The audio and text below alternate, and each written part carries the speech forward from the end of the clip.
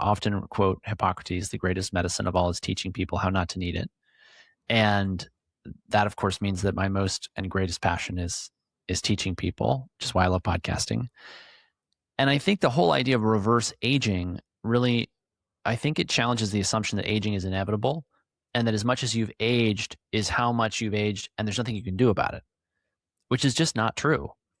And here's how I view this. So the more I look at health and wellness, the more I think of it in terms of repair deficit. So, people talk about inflammation, inflammaging, all these different processes, chronic inflammation, this kind of inflammation, that kind of inflammation.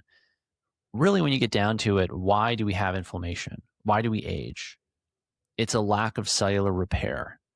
And if you can match the demand and the damage done to your body on a day-to-day basis with the amount of repair that you do, then number one, you'll age as slowly as possible.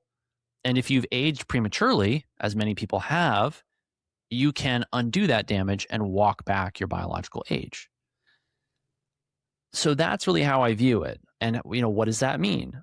The simplest analogy for repair deficit, in my view, is really like bad debt.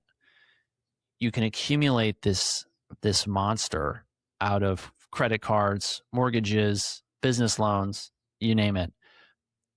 And if you're not paying down more than just the interest, you just get worse. And I see a lot of people come to us who are confused and frustrated and upset. Fun fact, one of your graduates from your program at the Applied Quantum Biology Institute for Applied Quantum Biology just dropped a podcast with me about her experience at our practice. And her name's JD, and it's Jaydee. And that podcast, I think, just came out today. And if it didn't come out today, it came out sometime between now and when you drop this recording. So you'll be able to find it if you just look for that name. And she talked about mineral balancing, light therapy, all the things that we do. And it's a great story. And it's a classic story of this. I was feeling older than my age. I didn't understand why I was falling apart, why I had these issues.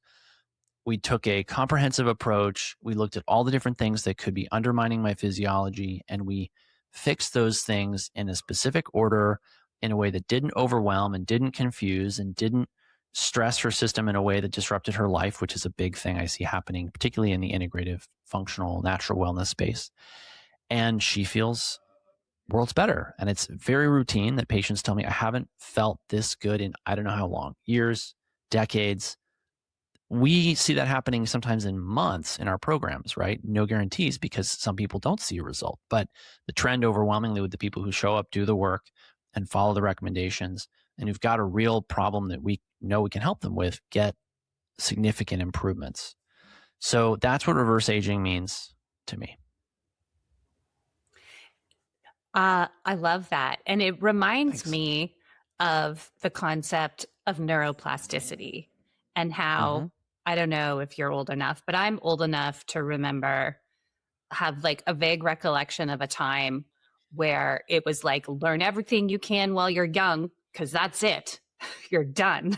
Yeah. And if you don't, if you didn't get a good education or you had a bad childhood, too bad for you. Your brain is over and it's locked in, and that's it. And then all of the neuroscientific field opened up. Neuroplasticity was discovered, and it's like, no, you can keep learning till the day you die. And the way you described reverse aging felt like we're in a moment, the way we were with the brain 20 years ago, we are now with aging. I totally agree. I regularly have patients tell me that their behavior, their thinking is sharper, is better. They're remembering things better.